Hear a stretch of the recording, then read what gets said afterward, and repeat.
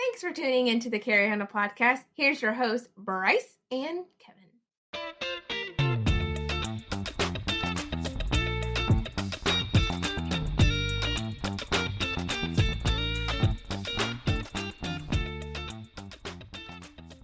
Welcome back to the Carrie Handle podcast with your host, me, Bryce. I am Bryce. And then also who joins me with reoccurring regularity, my best friend, Kevin. Hi, Kevin. Hi, I'm Kevin, Bryce's best friend with regularity. Hey. You guys can't see this, but Kevin gives this 1,000 yards. He just got done butchering a body look while he's waiting to queue. A body? It's so... Why is it gotta be so dark? Unsettling. Why is it gotta be so because dark? You're giving... That is a serial killer look, sir. Think that over while I play Friends of the Channel. Takes one to know one. Think that over, sir.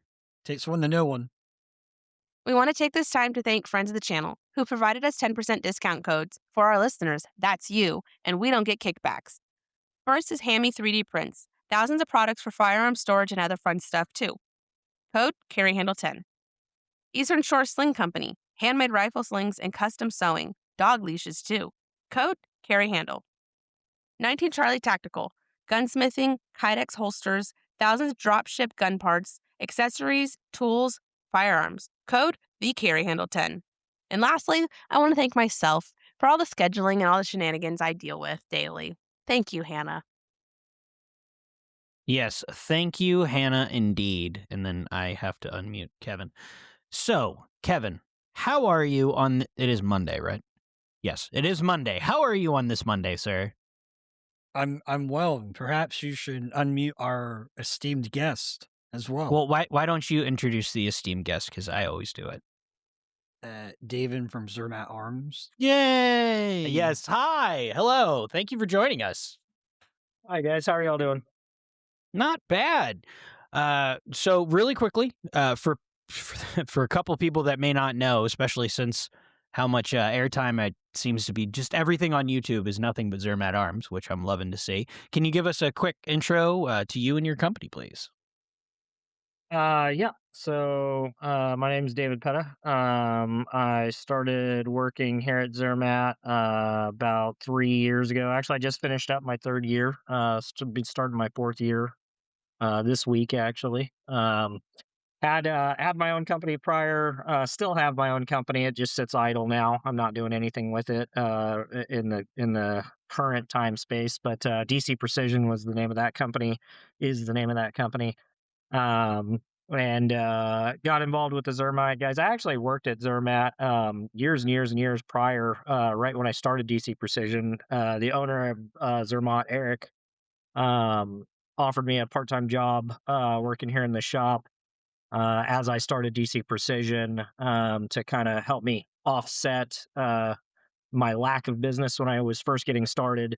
And have some dependable income, and was nice enough to let me scale my hours back at Zermatt as I became more busy with my company, DC Precision. And then I eventually left Zermatt to, was busy enough with my shop for a number of years, and then always been real friendly with the guys here. One of my best friends, Aaron Trich, works here alongside me. But I got to a point where I was working on the pistols, the DC-9, all of that, and Eric and I began talking again, or rather, I should say, began talking in the first place about Zermatt purchasing the IP from me and bringing myself and the design on board and producing the pistol at a much larger scale than what I was ever going to be able to on my own. And now here, 3 years later, here we are today. So that's the quick and dirty intro. So just the covers way a lot of like points. I love it. Yeah, it's very, very, very concise. I appreciate that. So I guess how would you describe the DC-9 or the Waltz 9 for somebody that doesn't know what that is, or more specifically, why they might care about that? Yeah, so the Waltz 9 is a full-size, full steel construction striker-fired pistol with a fantastic linear trigger, the same as you would get in a 1911 style platform. that rivals any of the best 1911s out there as far as trigger feel. Um, Super high performance, very accurate, very tightly fit, semi-custom handgun would be the best way to describe it. So high end, high tier. It punches at the top of the heap with some of the best handguns out there. So when how different is the Waltz 9's current configuration or the production configuration for when you were working on or when you started working on it? Well, I'll say completely different. They don't share any parts. There's no cross compatibility between the two pistols. But when you lay them side by side, you definitely see that yes, the Waltz is a next generation of what the DC9 was.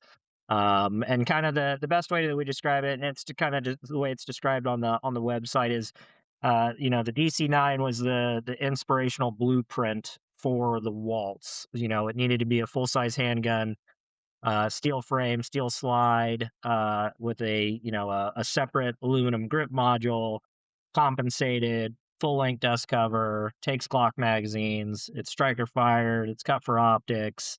The DC9s were all hand fit guns.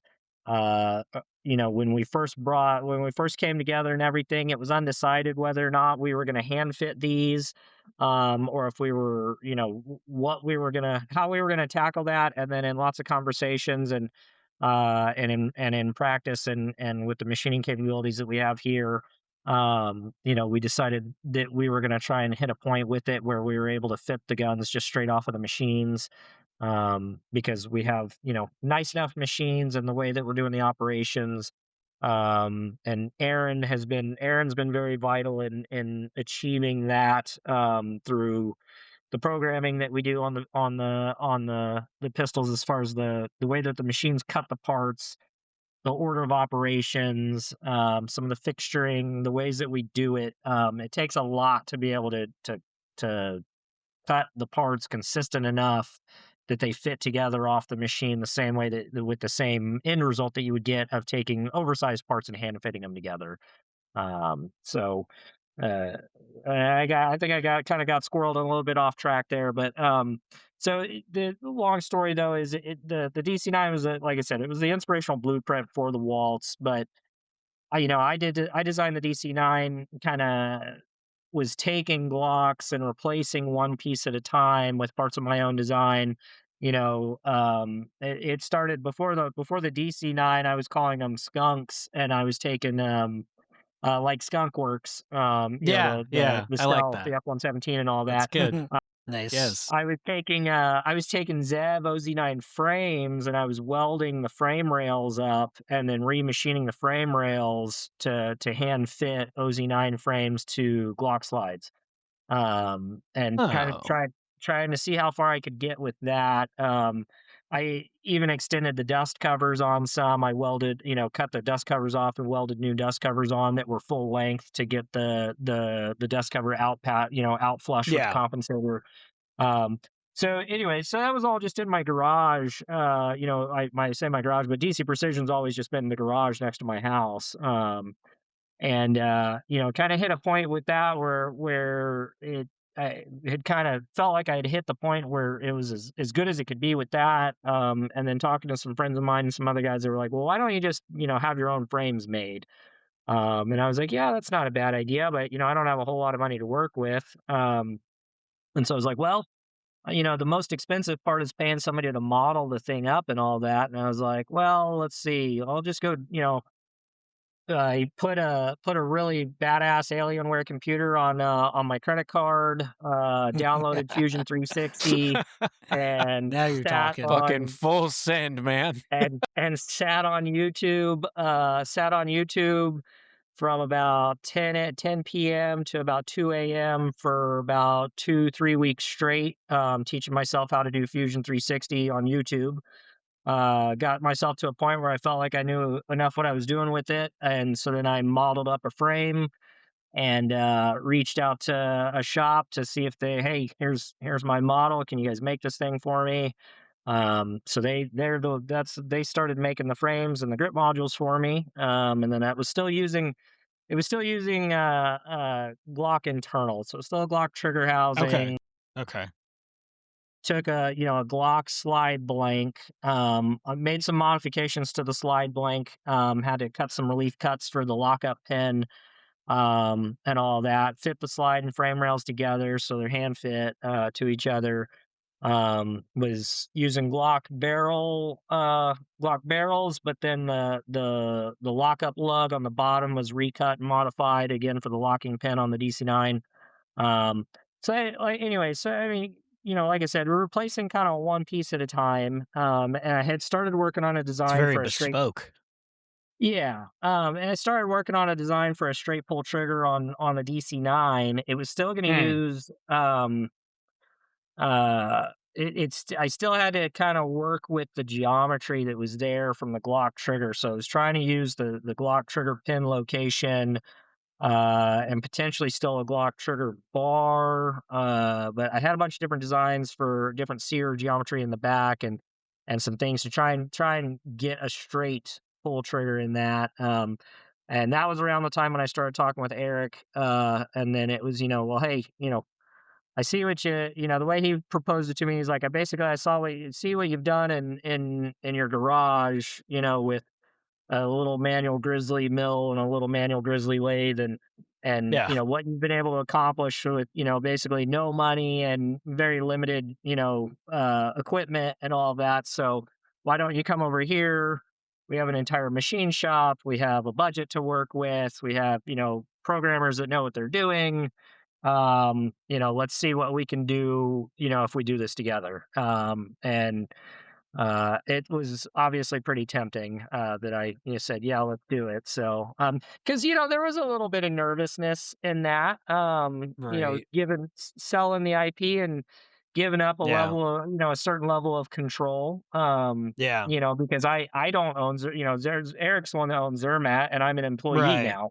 Right. So going from your own sole proprietorship where you own the entire business and make every single decision and everything like that to having to share some of those decisions and work with other people, that can be stressful. And there's plenty of Yeah. people that I'm sure have made that decision and regretted it. I mean, that's a super old story. How many times you see where someone's had something that was theirs and then brought new people on and then got kicked out. I mean, well, hell, T-Rex arms, look at that. Yeah. Yeah. I was thinking the Colt 2000. Well, That was a yeah, cool that gun too. before Colt got it. yeah, there's lots of examples of it. Yeah. But at the end of the day, Eric's an outstanding human being. He'd already done plenty for me in the past. Like I said, how many people would hire somebody that started their own business to work part-time for them with the intention of hiring a person that has the intention of quitting on you? You know what I Right. mean? Like, that's Yeah. kind of backwards. And when it got to a point where I couldn't come and work anymore because I was busy enough, it was a handshake and a congratulations, and this is awesome. This is what this was supposed to be. So, um, I so think yeah, that's just a healthy place to work. That's pretty yeah. cool. Yeah. Yeah, so that removed a lot of doubts for me. And I mean, there've been growing pains and stuff along the way. Right. It's not all sunshine and rainbows. But I can tell you, I wouldn't rather be working anywhere else or with any other group of people. So Hmm. That's cool. Very That's good to cool. know. We've talked to a number of people, and some of the people we really seem to be gravitate to are people who just are like, hey, I want to do this thing. I'm going to spend however much and invest however much to stand up this idea or this dream that I have, and Yeah. I think that's incredible. I mean, I that more moxie than I've ever had, I'll tell you, sir. But I mean, yeah, I it's really mean, cool, and Well, it's cool that you got to keep your passion and like, when you moved over to Zermatt, and they take your idea and say, "Oh, this is great, but not cost effective." They're just like, "No, this is great. Let's do it how it should be done." Because that happens a lot too. People will sell their IP to someone and they immediately start looking at the dollar signs. yeah, 100%. Yeah. Yeah, I mean that's again, yeah, like I said, there's been, I think I talked to 3 different shops at the time, when I was talking to Eric about it, and got into a little bit more serious talks with another shop, about some things, but then, when I just stacked everything up and compared everything next to each other, Zermatt was the only one that really made sense. So, and I mean, like I said, great group of people. Aaron Trich is one of my best friends, so it's great getting to work with him. It also helps that the shop is literally a block away from my house. Yeah. Buries I the can lead. I can walk to work every day, so that's pretty That's pretty awesome. cool. Or So skip. yeah, Yeah, skip. skipping. Well, no, I ride a scooter sometimes, a little electric scooter. So. Oh, this Oh. guy.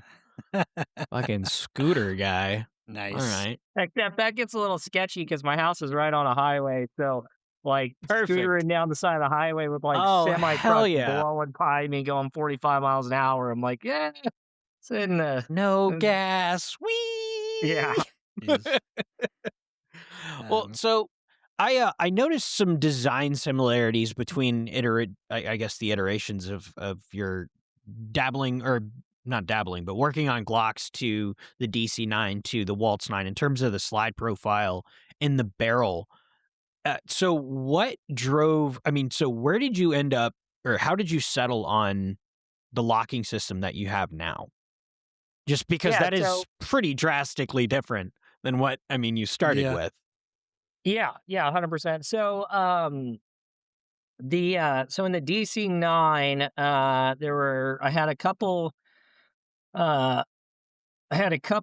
uh barrels that shear off a barrel lug.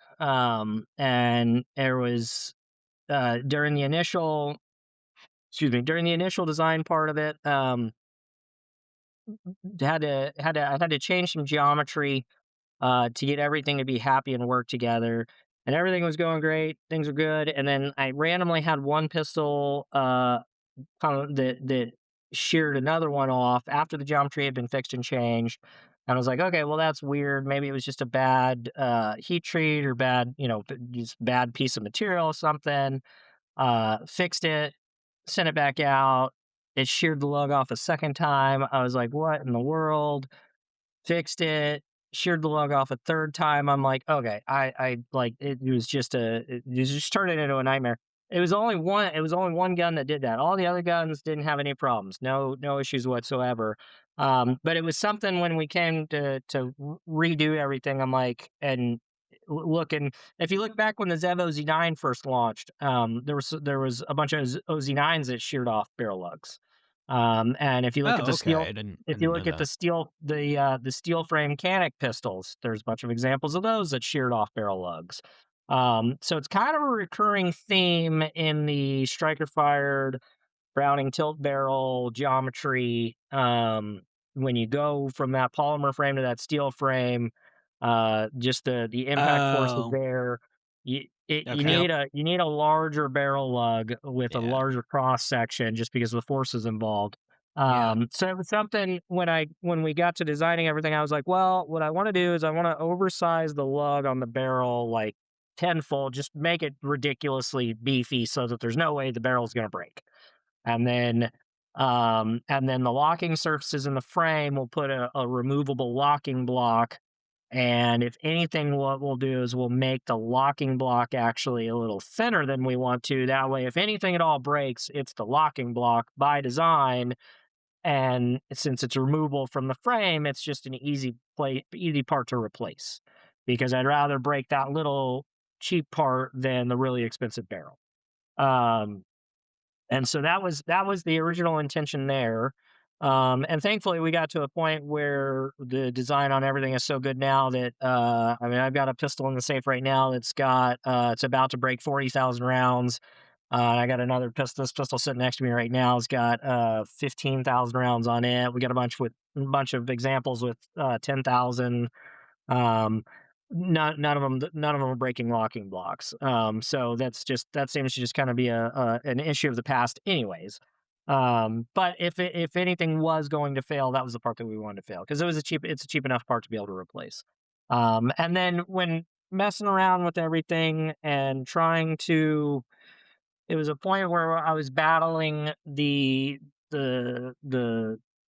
it's the consistent thing that you always battle on a striker fired handgun is you have your recoil spring and your striker spring, and those two springs are counteracting each other, working against Right. each other. Mhm. And so, and that's why you don't have striker fired guns with 6 pound recoil springs in them the way you do 1911s because you can't make that work.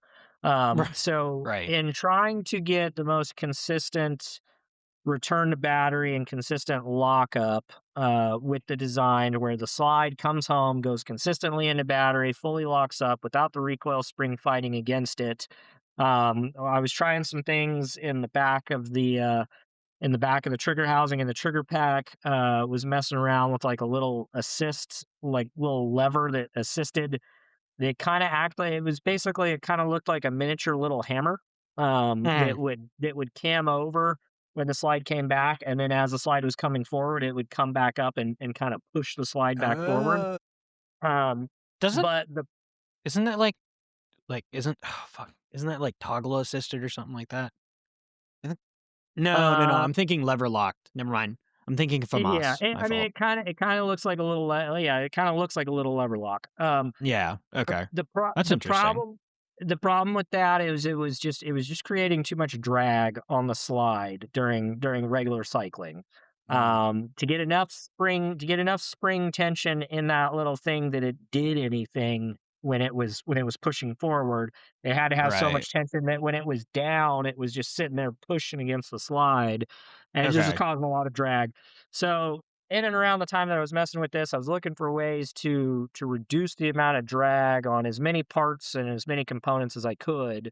And that was one of the things that I was looking at was when the slide was going back into battery. I'm like, okay, I need this thing to really just roll back into battery as smoothly as possible. And then I was Right. just sitting there, and I'm like, what if I just put a roller on the locking surface to where when the slide Light just bulb. rolls in there? And I'm like, well, hell, Yeah.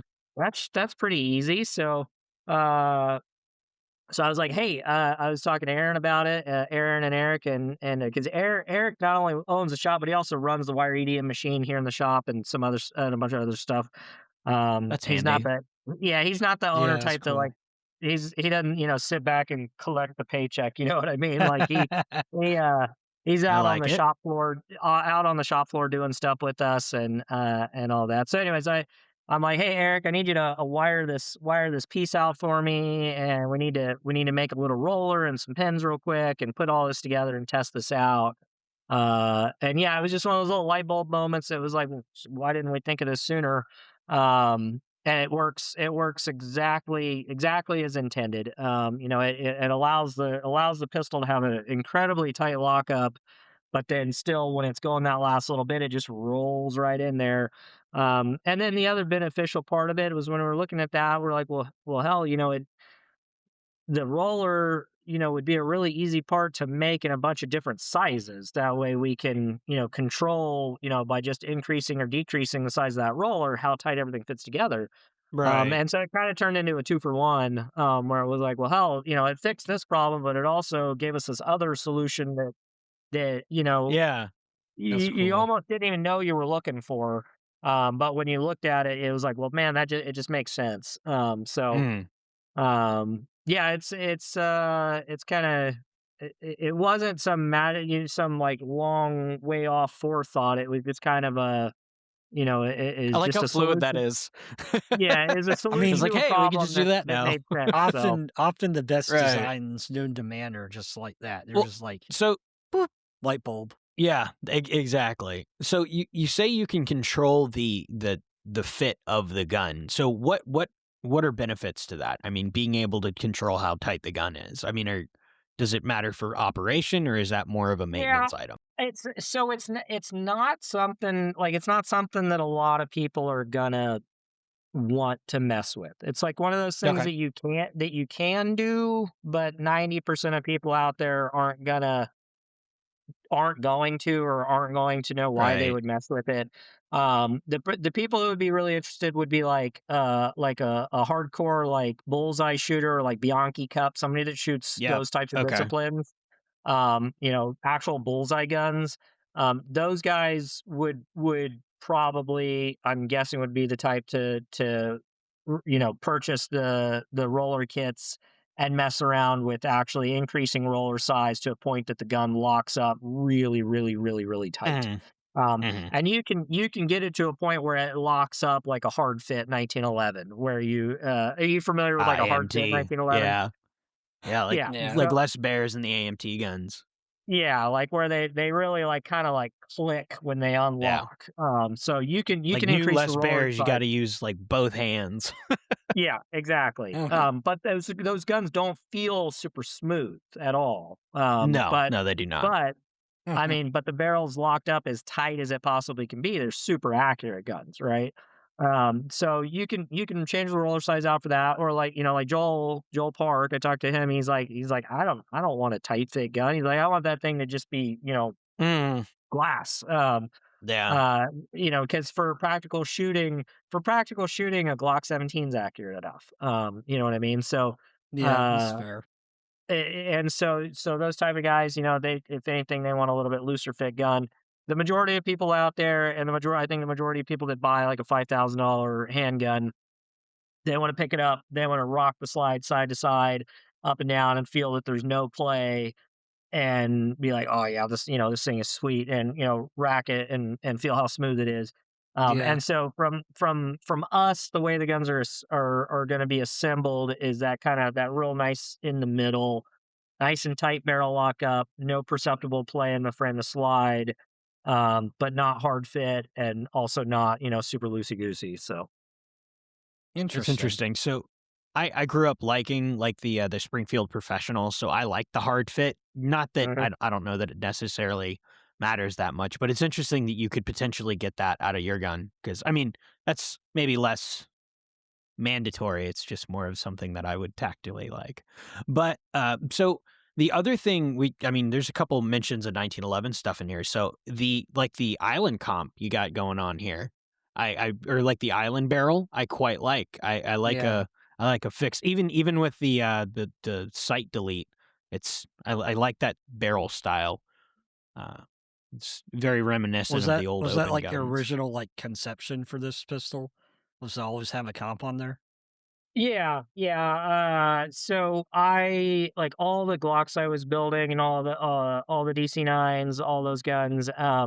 At that point, I had been shooting USPSA, but I was a lot more into three gun, specifically three gun open division. So that's why if you look at the Waltz 9 with the compensator on it, it's the perfect open division three gun pistol. Compensated, shoots super soft, red dot, drop safe, no manual safety. So when you dump the thing in a dump bucket, you don't have to worry about a safety getting kicked off. I mean, it's a perfect gun for that. And that's what the DC9 was originally like built as intended to be, was just a perfect pistol for that. And then there were offshoots from there, like a full on legitimate USPSA open division gun. Um, and then, with the advent of limited optics division, it's plug and play for that division as well. So it just totally makes sense there. And I mean, the kind of the cool, what I'm really hoping and crossing my fingers for is, as soon as we get 500 of these things built, we'll apply with USPSA, for the production list to get carry optics approved. Because I think that would Oh, just be, that'd be cool. That would I be think really that'd That be would be cool. rad. very Just cool. pop the Yeah. magwell off and just go dominate carry optics division. So Yeah. I think we could. I think we could pretty easily dethrone the Shadow 2 as the meta carry optics gun. So Yeah. Yeah. Yeah, you could. Well, so actually, you've reminded me of something here. So, in terms of the magazine compatibility, it is just Glock pattern magazines, correct? yeah, right now, yep. Okay. Are you guys? Is your gun more meant for like metal mags versus polymer, like traditional N- Glock mags, or oh, does it No, really matter? no, it doesn't really matter. The only, I mean, Glock mags are, as far as just reliable, great magazine that just works all the time. Glock magazine's where it's at, right? There's no you throw extensions on them, you get them dirty, whatever. They're super reliable. They work great, right? PMags are awesome because they're like $11. So when it Yeah. stops working, you literally throw it in the trash. Like, Yeah. you know, you When, just have when it piles, stops working. Well, I piles use of it to prop my door open, but You each know, their own. so when the Glock PMags first came out, I had some and they sucked. I don't know what they changed about them, but we got just piles and piles of PMags. Yeah. We don't have any problems with PMags. They run Maybe I need to fantastic. give them another shot. Yes, I've had their you do. extended ones, like their 24 rounders and their We run 17 the rounders. Now, granted, they're probably pretty old. yeah, we run the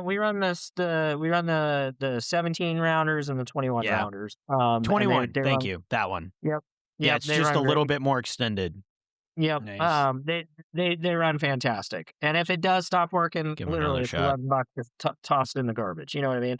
Yeah. The only problem with PMags is because of the polymer they use and the way Magpul designed them is they're thick. And so Right. if you have a really long 9mm, they won't feed reliably because the nose of the bullet will drag on the front face of the magazine internally. Okay. And Yep. so you'll get them where you pick it up and the rounds are stuck halfway down in the magazine. Yep. Yeah. So yes, that but if you're shooting 115s, 124s, they're fine. It's the really long 147s, like the Federal Syntex, don't feed super reliably out of them. And some of the really long loaded 9mm. That's where you're going to run an issue with PMags. Okay. The new Metgar metal mags, I want to love them. Metgar needs to. They've got some issues. I'm sure there will be a Gen 2 at some point, but they're just. The base plate ejecto. Nah, I mean the major problem I've seen with them is the way that they cut the retention slot for the magazine release. They don't cut it. They just it's formed into the magazine. Right. And Yeah. so because of that, the leading edge has got a big radius on it, and so it gives you a lot less room for error on your magazine release. And so if your magazine release, if the shelf on it is worn at all or rounded, you'll get them where they'll randomly just drop out of the gun. Or if you apply just a Interesting. little bit of Wow. pressure, if you apply just a little bit of pressure on your grip to where you're just depressing the mag release just a little bit, it'll pop out. Where a Glock, a PMag, a Metgar, any other magazine won't fall out at that point. So Oh, that's the room interesting. for the margin for error, the tolerance is just so much less because it has this big radius on it. The other thing I've seen with them is just a consistent failure to feed when they're loaded all the way up. You'll put it in, you'll rack the slide, and that first round will just nosedive every time. And you can load up a Magpul, Glock, any other brand of Glock magazine all the way up to capacity, and they feed just fine in the same gun. So it's like, well, this isn't a gun issue, this is a magazine issue. So Yeah. I want to love the Metgar magazines, but they're not there yet. So MBX magazines are awesome, but they're $120 a pop for the extendos. So again, that's the reason why we got away from steel magazines and 2011 magazines is because of the cost. So it's my match magazines are MBX, my training magazines are PMags or Glock mags. So Interesting. Yeah, I will definitely give the Glock mags another try then, because granted I think I only have like the PMags, you 5 mean? of them. Yeah, the I'm No, sorry, no, the no, P no, mags. He meant I only have the like Glock 5 of them. mags. Yeah, He did. he meant Yeah, the yeah, Glock yeah. mags. Those So- piece of shit Glock bags. So Yeah. all this talking about magazines has my brain thinking about springs, and your gun comes in what 3 different recoil spring weights? Is that right? Yeah, 3, maybe 4. They're gonna ship with a 14-pound spring installed. Then and I made this big graphic going over recoil springs and matching recoil springs to power factor of your ammunition and all that. Yeah. Because there's been so yes, 14 pound, a 12.5, and an 11.5 on the lighter side, and then we have a 16 pound on the heavier side. Which the only thing I've found that I like shooting with the 16 pound installed is any 9mm major loads.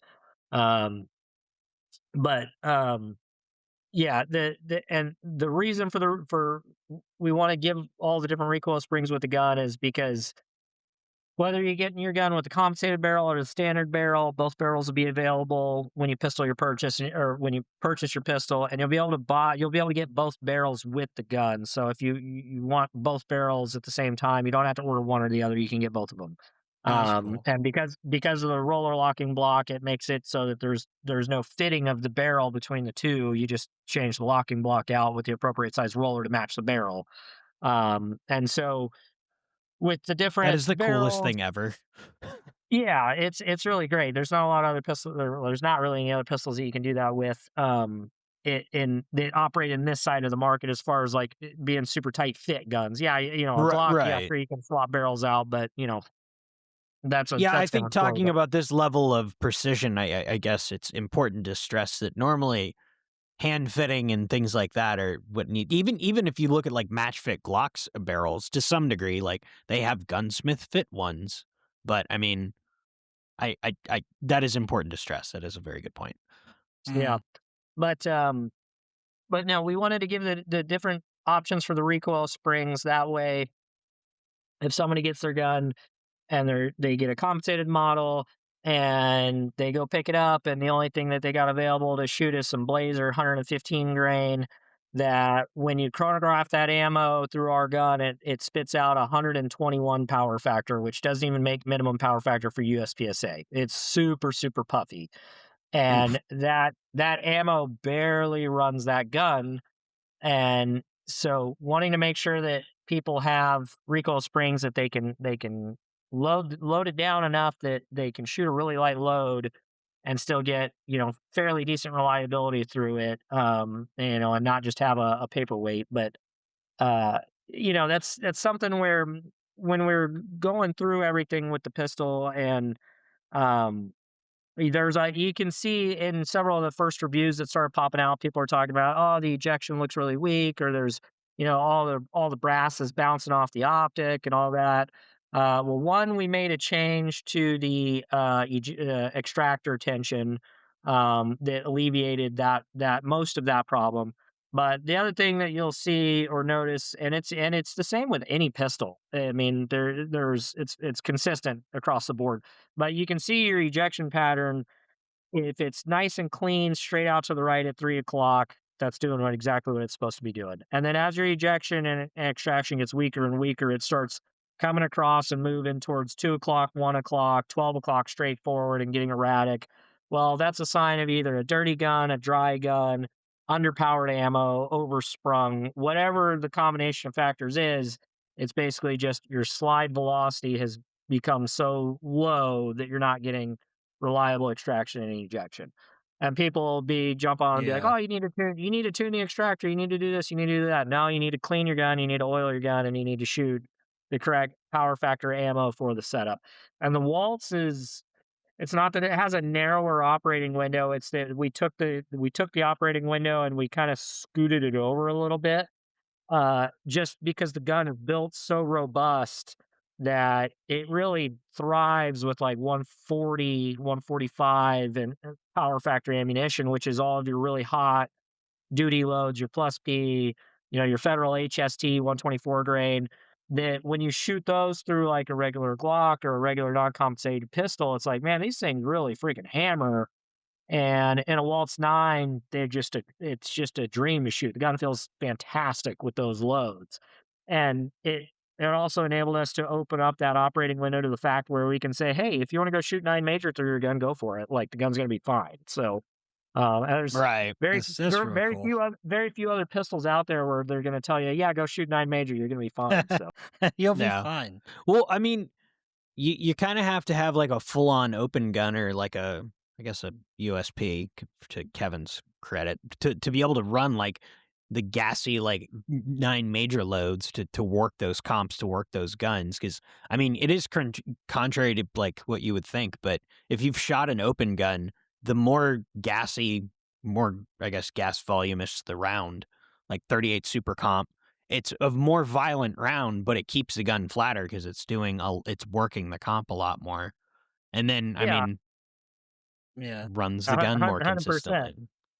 Yeah. 100%. And I mean, that's it. But that's the reason. That's the whole reason why compensators came around, was because you were trying to shoot a really overpressure load through a gun, and you're trying to tame the gun down. So you had a compensator on in the end, and that tames the gun down. Well, then you get to a point where, okay, well, I've tamed the gun down this much. Okay, now I can increase the gas and the ammunition even more, and then I can add even Right. more ports. And then Yeah. okay, now the gun's not running again. Okay, well, now I can bring the slide weight down. Yeah. And then it's these all these, so it's that combination of how much pressure the ammunition's pushing, how light the slide is, and how much compensator you've got. And as you add more compensator and decrease, the further you can decrease slide weight, which decreases recoil. And so it's just this mixture. And that's why I think it's funny when you see people, they'll go buy a compensator and put it on their pistol, and then they'll be pissed off that they have to change the recoil spring. And it's like, well, that's Crazy. the whole that's the Yeah. whole point. It's physics, Yeah. you fool.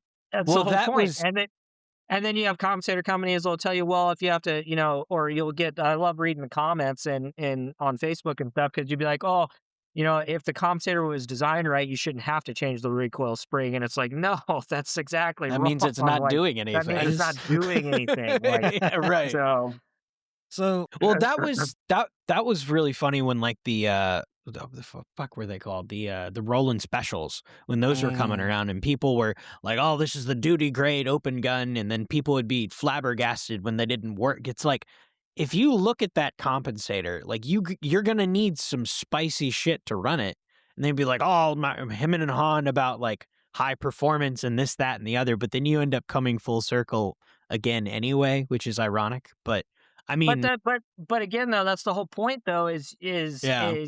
with with a Roland special or something like that. The whole point was to be able to shoot, duty ammunition, high Yep. pressure duty ammunition, and Yep. have it be Yep. controllable and pleasant to shoot. right. Because I mean, everybody's had that experience where they're like, all right, well, my duty ammo is really unpleasant to shoot through my gun, so I'm not going to shoot a whole Yeah. lot of that. I'm going to shoot this really puffy stuff. Yeah, And it's give me like, the okay, puffy well, stuff. if we can make the duty ammunition pleasant to shoot, now the puffy ammo won't run reliably. And then people are like, and then people are trying to tune their gun to run the puffy ammo reliably. Well, now you're making the gun violent with the duty ammo. And it's like, okay, well, that's the whole, the whole point is to be able to shoot as high a pressure of a round as you can. Yeah. And then you get people talking about ballistics and stuff like that, and they're like, "Oh, well, 9mm sucks. That's why you need 40 or 10mm or 45 ACP." Okay, well, why don't we just load super hot 9mm and just put a compensator on the end of the gun so that it's not unpleasant to shoot? Like, that's the point. So Yeah, I want my Yeah. cake and my ice cream too. exactly. Well, Exactly. the same kind of person that would argue that in treating the same kind of tool the same way or interchangeably should be complaining that gas cars don't take diesel. Like it's like, you understand the concept. You're just lazy in really weird fucking places. Because like Yeah. people grasp the concept anywhere else than somewhere they've invested way too much of their identity in. So It's very so odd. so See, you're gonna make the car comparison, and then now that's gonna oh no. that's gonna bring me full circle to the change your oil and clean your gun comparison. I was gonna I try to nicely, I because I I remember that was gonna comment. say we're coming right back. I was actually gonna ask about Yeah. the We're QC gonna talk about maintenance. the QC and the maintenance cycle. Like, what's your QC protocol? What's your recommended maintenance cycle? I And would wait, say I'm you need to, sorry. You're saying you have to clean this? I Yes, would Bryce. say It's a you need to $5,000 gun. You have to clean the fucking thing. I would say you need to oil your gun, any gun, but especially, yes, you need to oil a Waltz 9. I would say throw some oil on it every 500 rounds and give the thing a wipe down every 1,000. Like, it's not like Okay. it's not Now, like it's anything ridiculous. And I've run this gun next to me plenty of times, 2, 3, 4,000 rounds without cleaning the thing and just adding oil, and it's fine. But the problem is that you do wear your gun down faster. You loosen your slide to frame rails up faster. You loosen all the contact surfaces up faster when the gun's full of carbon, and then you throw oil on top of that carbon, and carbon and oil mixed together makes lapping compound. And it's just So you're just wearing your gun out faster. If you don't want to clean it, that's fine. But so what you're saying is, if I'm a mechanic, I should just not dunk it into my used engine oil. yeah, I mean, if you're gonna blow it off afterwards, I tell you what, compressed air is where it's at, because I can take this gun after shooting 4,000 rounds and not cleaning it, and in about 15 minutes have it looking almost as good as when it was new, Pristine. with just a little bit of oil and some compressed air. Just blow all the gunk off and a wire brush, and it takes a couple minutes. So, and people that complain about oiling their gun every 500 rounds, it's like, okay, well, most people, 500 rounds is like the max that they would ever shoot in a day. That's Yeah. fair. Yeah. 500 rounds is about the max of any major match that I'm aware of. Well, So it's it's a lot. basically, Like, it doesn't sound like a lot, but when you do it, it's a lot. yeah, I mean, it's $100 of ammunition on the cheap side. So, Yeah. Yeah. I mean, so you just throw some oil on it before you shoot for the day, or before you shoot for the weekend, or Right. That's for good. for That's good some advice, Bryce. for That's great advice, don't you think, Bryce? Well, Chambers Customs actually, I think he used to have a video on what not cleaning your gun. Now, granted, he's doing like handmade 2011s, but it's the exact thing we're talking about here: tight tolerance, like high degree of accuracy. And he was illustrating like he would fire X amount of rounds and then document the groups. And there was definitely a degradation or a Jesus, I can't fucking talk today. Long Mondays. The accuracy went down the more he shot it and the less he cleaned it. Yeah, you And were he there. had You were gonna say degradation. You were there. You got it. degradation. My brain is He was mush. right My there. 2-year-old has worn me Right down. but so it's if anybody needs that visualization, but I mean it is. So Kevin's making fun of me because I don't typically clean guns. I do oil guns. You fuck. He said I it out loud. He absolutely- doesn't look, clean I guns. have- We have it on Okay, record I now. don't clean guns. That is true. I I do feel not like clean it's- guns. I I feel oil like it's- though. I feel like it's like maybe a leftover thing from all the GWOT veterans, of like, they got out of the military and collectively were like, since we had to clean guns so much, we're never cleaning guns again. And then and then that mentality just like took hold and spread Yeah. through, like, because like when I got out of the military, I told myself I'm never running again. Like, fuck that. And so, and Here you are I'm running doing 5Ks. I'm doing all right. I'm doing pretty good at not doing that. So I don't know. Maybe it's some kind of stubbornness like that. I don't know. But I mean, I saw a comment from somebody that they were like, "Oh, imagine spending $5,000 on a gun that you have to clean every time you shoot it," and it was like, What? What? What? imagine buying a Corvette and wanting to take it to the car wash, like, Crazy. or a Porsche GT3 that you want to keep clean. Like, it just, Yeah. I don't understand it. For every other expensive high performance Very odd. thing out there, I don't want to main- take care of it. You want to keep it clean. Exactly, And like- yeah. and for most expensive high performance things, the maintenance interval gets smaller and smaller and smaller, the Right, more yeah. expensive and the more high performance it is. But for some reason, with handguns, we expect that not to be the case. I'm like, it just Yeah. doesn't, that doesn't compute. So I think Glocks ruined everybody. They just Yeah. kind of work when you don't mess with them. They're typically pretty okay. yeah, But they're not. I mean, bad. to be fair, I still oil mine. Like I never I've seen not plenty. didn't I've seen oil plenty stuff. I've seen plenty of Glocks break and malfunction too. So every gun out there Yeah, does it. That's so. fair. So That's on fair. the vein of maintenance and stuff, like your gun's like super easy to field strip, right? I saw like it's just like super, like all hand, like you can do it yourself at home. Like Yeah, it's really easy. Yeah, it breaks down super easy. So, and that's the other thing is like, for how easy the gun takes apart and breaks down, like, take a rag, wipe it off, put some oil on it. It's not really that hard, so. I was gonna say it's not a very. I mean, I've seen inside of them. They're very straightforward in terms of where to clean. Yeah, You're pretty much.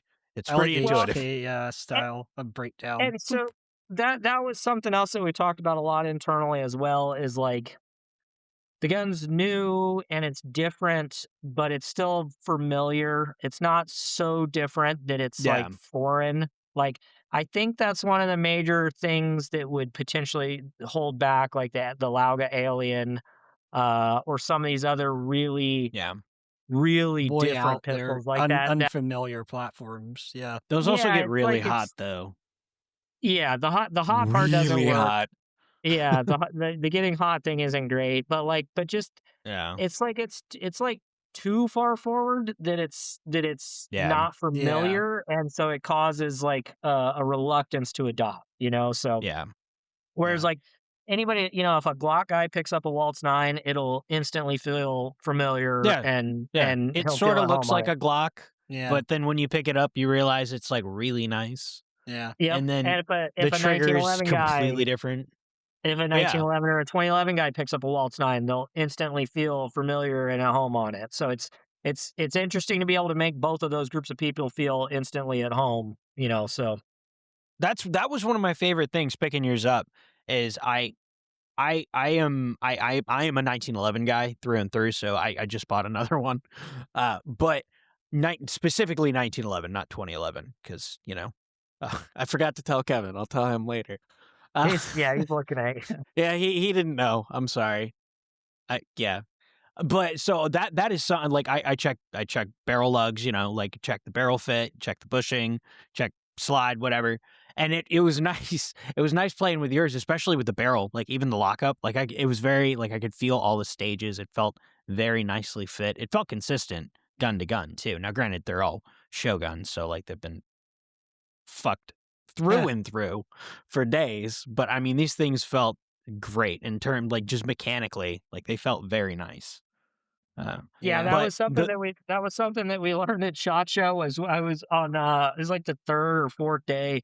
I was playing with the pistols on the table before the start of the show, and I was like, I can tell these locking blocks have gotten mixed around between these guns, because this gun feels really tight and this gun feels a little bit looser. And at the start, we had fit all of them, the same. And so we were sitting there mix and matching locking blocks between the guns, trying to, okay, yeah, all right, now this one feels right again, this one feels right. Okay, all right, we think we got them all back in their original gun. So that must have Nice. been when we came around, because I like went to every single one of them. Like, Next year. I was like, color code them next year. Yeah, right. right. Hey, there you go. That's not a bad idea. That's a really I good like that idea. That's actually a really good He's- idea. Yeah. Yeah.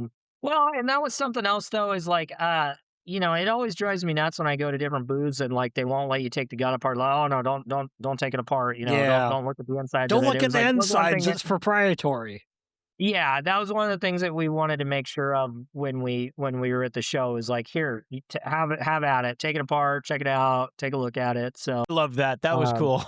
That was sick. yeah, I Absolutely. think after the fourth day, when every single manufacturer had come by the booth and was like oogling over our guns, and Staccato had been by the booth like 5, 6 times, we were like, maybe it wasn't a good idea to let everybody take these things apart. Like the first see. time they're like, this gun's kind of cool. The sixth time they're like, God damn it, this gun's so much better than our gun. Why?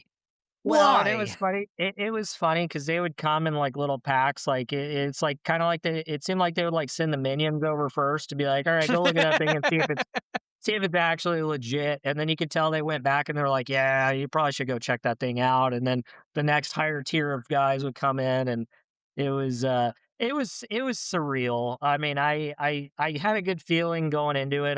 We were all confident that we really designed something really, really good. It was the feedback that we got from all the third party, testing that for the guns that we sent out and all that was all positive. You get some little things here and there, like, one guy wants the slide serrations more aggressive, and then another guy wants the slide serrations less aggressive, and then, one guy wants a bigger mag release button, and one guy wants a smaller mag release button. So other than those things that's real personal preference that you Yeah. can't, you got to kind of try and hit that happy medium. Right. Other than Right. that little nitpicky stuff, there was nothing, nobody had anything bad to say. So it was like we're kind of sitting there waiting for the other shoe to drop. Like, okay, at some point, and so knock on wood, but so far that other shoe hasn't dropped yet. And like I said, SHOT Show was surreal because it was, after the third day, I figured we'd be busy Monday and Tuesday, and it would kind of taper off. And I mean, we were busy until the very end of the day, Friday, when we were ready to pack up. So Yeah. it was kind of Yeah. crazy. Yeah. That might be. I think we saw you maybe midday on Friday, and Yeah. I still had to like pretty- weave through the booth. Like, Yeah. oh my Yeah. goodness. Yeah, you're pretty clocked out then, understandably. Yeah, Yeah. it was a long week for sure. So I was trying to give everybody my best, but by the end of it, we were joking in the booth. By the end of it, when people would talk up and be like, "Oh, give us the spiel," we're like, it takes clock max. It does thing. It just so I have a question. What would you rate the top 5 like handgun brands out there, not including the Waltz 9? Like, what did you take inspiration from? Obviously, you took inspiration from the Glock, but what else did you like? What other mecha companies out there did you take inspiration from? Let me think about it. That's a good question. Um, I think you could say the reputation that Atlas has. Atlas has a very good reputation in a lot of circles. If you get into the deeper parts of the forums and interwebs, you'll find people complaining about them just as well. But for the most part, they have a very solid reputation for being high quality, high performance.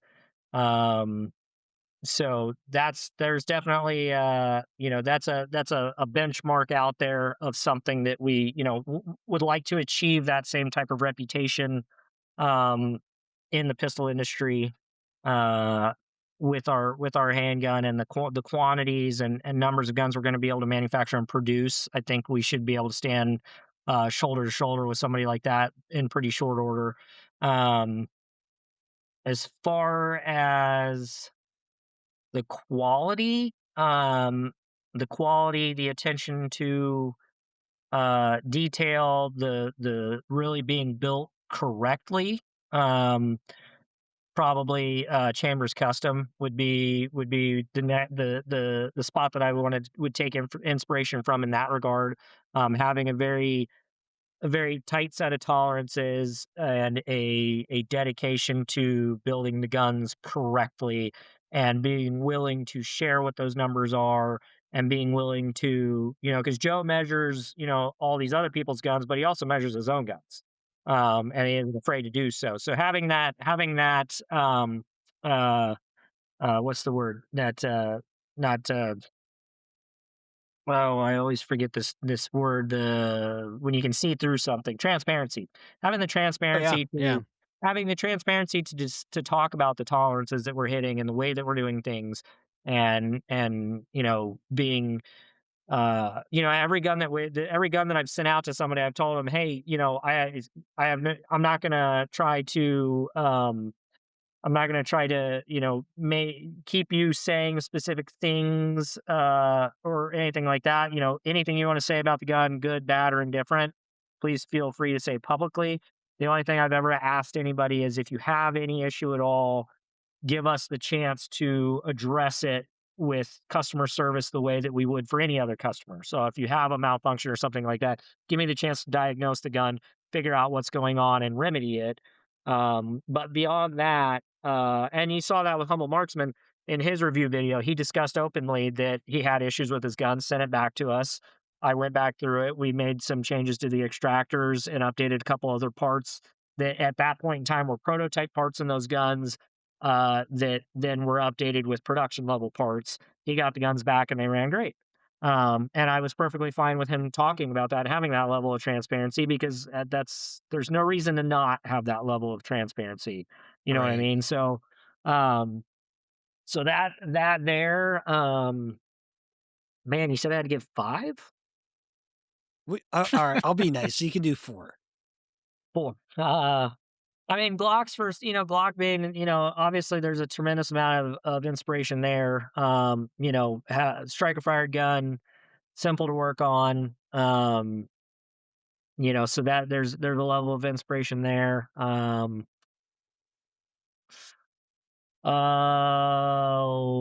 else? Can I list a fictional company? Yes, I'd love to hear that. I'll allow it. I'll allow it. OCP and the Auto 9 from RoboCop. Oh, hell yeah. But wait, That's that was good. based off of a Beretta. That was based off of a Beretta 93. Oh, Correct. Yeah. interesting. Hey, and our gun uses a Beretta 92 recoil spring. That was totally on act. That was totally by coincidence. That's cool. But That's there's pretty some sick. Beretta in there. Dude, Okay. that's really sick. So, okay, so we'll throw fictional OCP and Beretta as, what was that, number 3? No, number 4. That was number 4, behind Glock. Yeah, number 4. All right, here we go. And then we'll round it out with Remington. Round it out with Remington Arms. Really? Oh. Yes. Interesting. Because Tell me why. Every single time someone tells you or comments in a forum or on Facebook or Instagram that there's no way that a striker fired gun can have as good a trigger as a 1911, you can say, well, what the hell do you think a Remington 700 with a 5-ounce trigger is? Ooh. Right. Because Remington 700 is a striker fired rifle. So, Interesting. Can we potentially give an honorable mention to the Browning High Power? yes. Yeah, we well, can double do stack that. magazines. That'll fair. work. We can take that. So, yes, because it does have a Browning tilt barrel locking system in it. So, yes, There you go. honorable mention there. There's a lot of there's a lot. Okay, well, hey, honorable mention also to CZ for the backstrap ergonomics. So, Okay. Nice. Well, so what is the extractor design of is it just your own or is it modified Glock? no, it's our own design. Okay. Aaron had an idea for an extractor. Which his idea was borrowed out of a rifle. I'm not even gonna attempt to guess what rifle it was out of. So he showed it to me and we got to looking at it and I was like, yeah, sure, let's give that a try. It didn't work the way we wanted it to on the first rev. So we made some changes to it. The extractor is probably the part in the gun. The extractor and the striker are probably the 2 parts in the gun that had the most revisions. The extractor definitely had a bunch of revisions on it to get it 100% right. And that's another thing which is heavily borrowed from 1911 is the extractor. The claw does not touch the rebate, which is the way a 1911 extractor is. If it's correctly fit, the claw is not supposed to touch the rebate. Yes. Most of your modern striker fired handguns, PDPs, Glocks, all of those out there, M&Ps, that claw digs into that extractor or that claw digs into the rebate on the case. Right. Like hardcore. So, and I actually took a long time ago, I was watching a Joe Chambers video one night and talking to Joe on the phone about some stuff. And was like, well, hell, if that's the way it's supposed to be. So I took a Glock extractor and I filed the claw down until it had clearance from the rebate in the case, and took a pistol that was having not the best extraction to a pistol that had 0 extraction. So it did not work. Did not work at all in that platform. So, No, you just proved. Man, you were building that up. I thought you were going to be like, like, I cured it. You proved the correctness of the theory.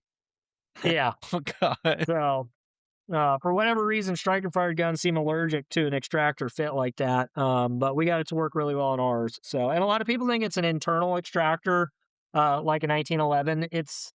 And I was talking to Joe Chambers about it, and he and I disagreed. He said in his mind it's an internal extractor because you can't see it from the outside of the gun. Hey, I can't see it. Where is it? I'm like, well, I guess when the gun is assembled, it's internal, but when the slide is off the gun, it's external, just accessed from the bottom. So, Right. And it has a coil spring in it, like most external extractors. It's not a leaf spring like a 1911. You don't have to bend it or tension it. So Okay. and it's user serviceable, user removable and replaceable. So that'll be one of those things. We'll have spare parts kits and extractors and all that stuff. So if you go break an extractor, you can replace it yourself, super easy. So haven't broken an That's extractor, so cool. haven't broken an extractor yet, but if it happens, Fair. Okay. Are you guys planning any, or is there any option for manual safety or no? not right now. I suppose if enough requests came through, we could look at doing something like that. But just keep your finger off the bang switch. So Yeah. That's fair. I just in terms of the having gun- another layer of safety. yeah, bracelets Not, has not, not multiple saying you layers. have to have it. yeah, like a Glock, the gun is always on safe unless you put your finger on the trigger. So Well, but is this not a fully tensioned striker? yes, it is a fully cocked striker. Okay. Well, so I guess the difference in my mind, technically, I guess it can still make the gun go off. But The only way for the striker to go forward is the sear has to fall, and for the sear to fall, the trigger has to be to the rear. There's no way for the sear to fall with the trigger in the forward position. So what you're saying is mechanically it's not possible because there's not like on a Glock the trigger bar floats. You know what I mean? I just meant in terms of like being able to reholster, like with like my shirt or anything going, like if I was entangled or like on the ground. I meant more defensively. Just mechanically being able to limit the Be careful trigger. what you say, That was David, the only 'cause thing. Sig's over there drinking beer. Yeah, they're about to put just the beer doing it down. themselves. Listen here, hold buddy. on. Let me put my I'll beer tell you down. when we're not Let me show you shooting. something. Yeah, but I do think there needs to be a point of clarification there. Is like, so I mean, on the Glock, the trigger bar does float. You know what I mean? It's not mechanically linked 100% to the trigger housing. Whereas on our pistol, the trigger bow is 100% mechanically linked. All the parts are linked to each other. So when one part moves forward, the other parts move forward. When one part moves back, the other parts move back. There's no independent floating of the parts. So, Okay.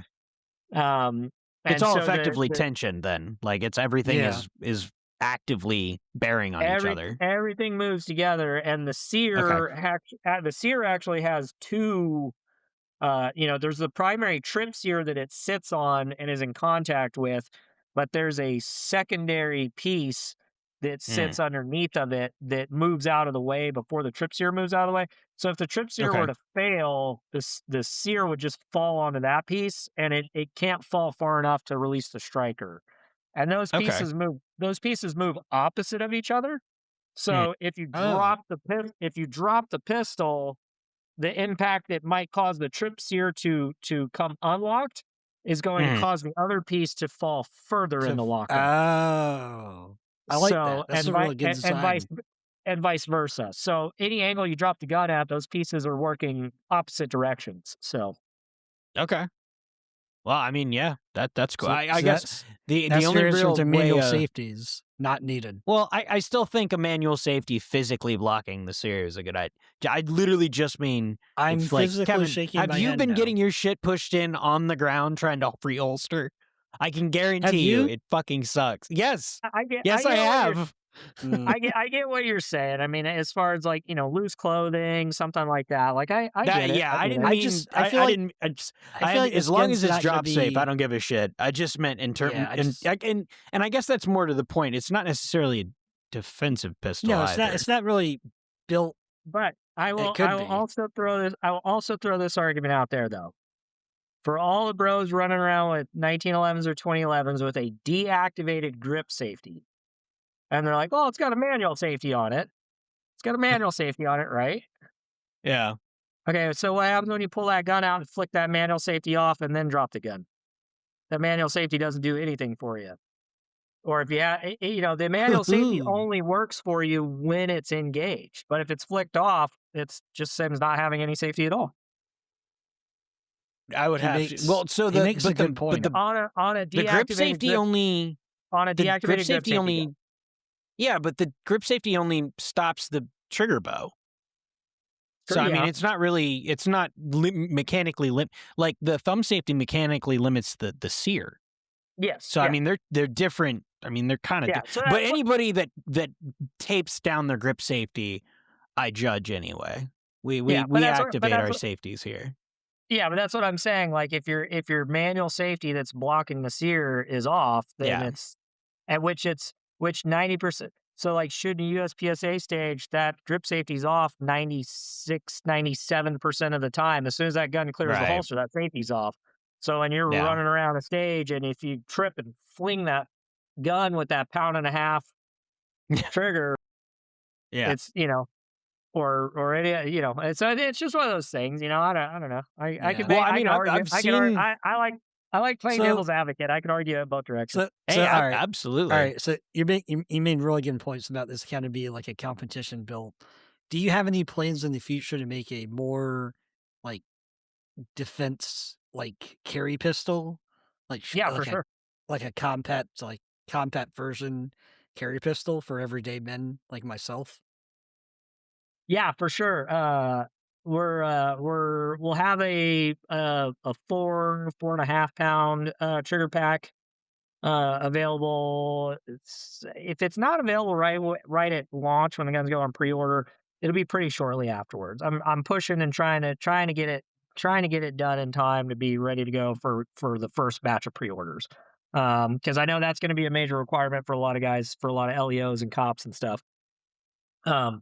And then to answer your second question about like a compact size, yes, I cannot give you any kind of time frame on when that's going to happen. We don't have but to. there will be. You saying yes has made me happy enough.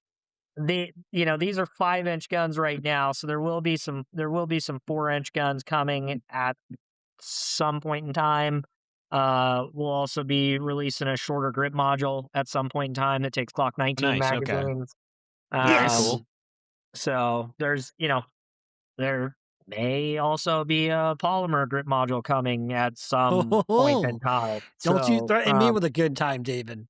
So for people that are complaining about, how heavy the gun is or how big the gun is or things like that, like this current version of the gun was us putting our very best foot forward out the gate. This is our F1 car. This is the the very best of what we can do. And now for people that are screaming, oh, it's too expensive or it's too heavy or it's too big or I want this or I want that. Like I hear all of that. I already, I want a nice Waltz 9 carry gun for myself because I don't carry a full size 5-inch gun. You know what I mean? So, I'm a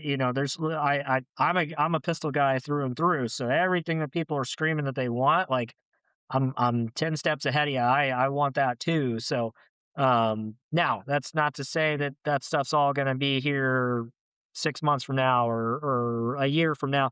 We'll see how long it takes. Cause the other thing is we got to do everything right. We've kind of captured lightning in a bottle here. There's a lot of people that are really excited. Like I told you, I'm kind of waiting for the other shoe to drop. Things are going really well right now. So the very last thing we want to do is rush this thing out with all the anticipation that everyone has, and then have some guns that wouldn't pass QC slip out or rush a 4-inch gun and cut corners on the design side of things, and then have reliability issues or this or that. So everything's going to be, we'll get there with everything. We're going to take our time. We're going to do it correctly. Because the other thing is, how many companies have you seen that used to be great that have kind of fallen from grace over the years? Has-beens? A lot of them. Exactly. Like, I have no desire to ever put a product out like that. I don't think Eric has any desire to ever put a product out like that. I don't think any of us in the shop do. So, we'd rather ease back a little bit on trying to grow and become this massive behemoth and put out really, really good high quality guns for a very long time than start out putting out kick-ass guns and then grow super big and then see that quality level fall like it does with every other Right. shop that tries to do Yeah. that. So Yeah. Yeah, Oh, that's good. I Mm. I appreciate that. I have one more question for you. So, what gun do you carry then? You talked about you wanted to carry a Waltz. So what gun do you carry?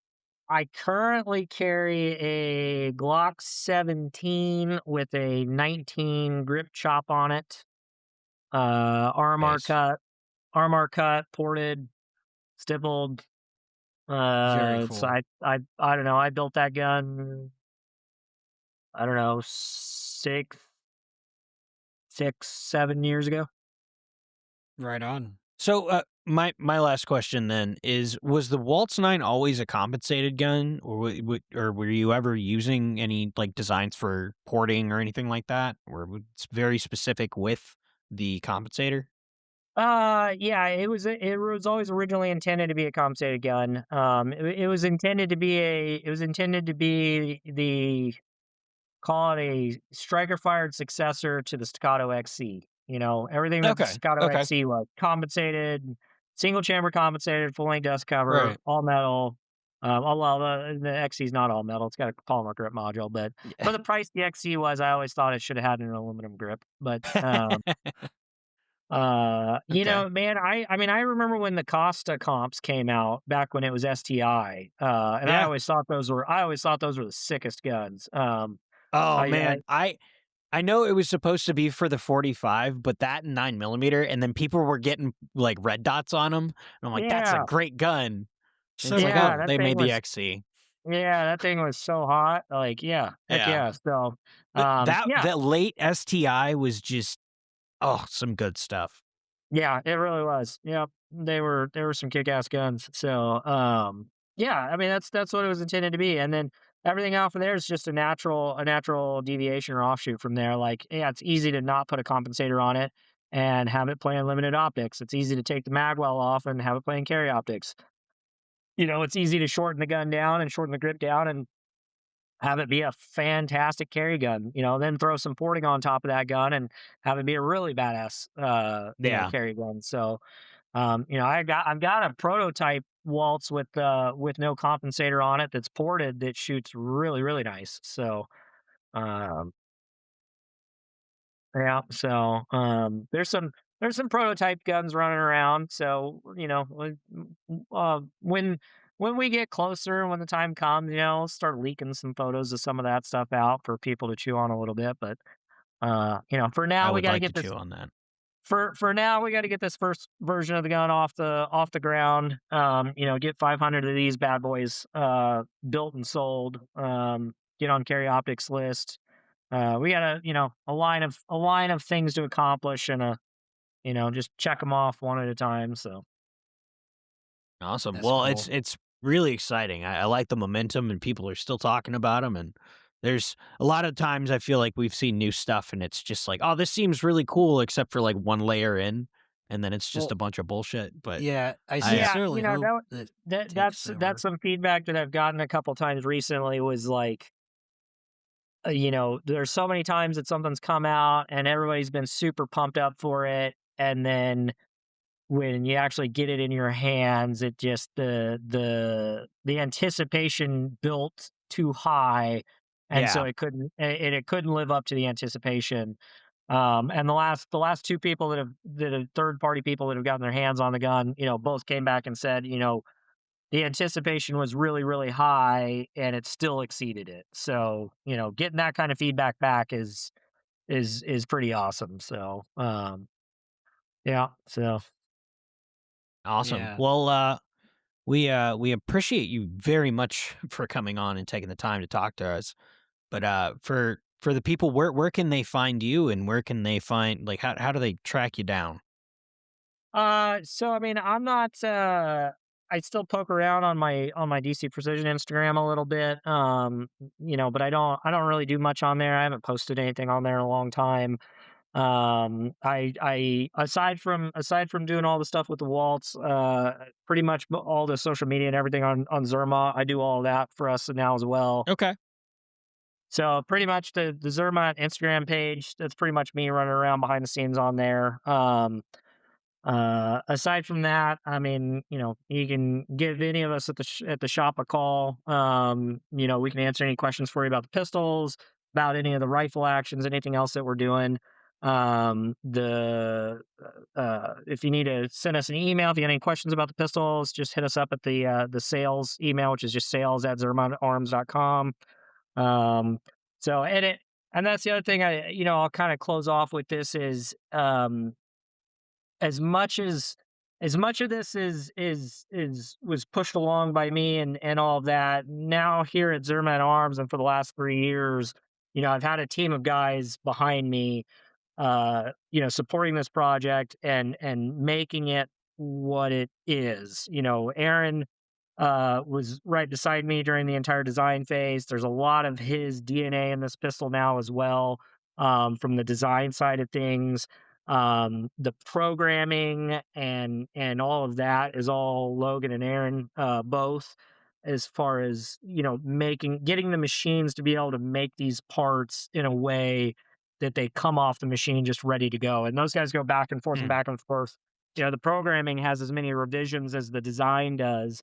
The parts come off the machine, it'll be like, I don't like these tool marks, or we feel like we can trim some fat off how long it takes us to make this part here or there, or no, this is something that we need. It doesn't matter how long it takes. We need to add more tools to make sure that the surface finish is just right.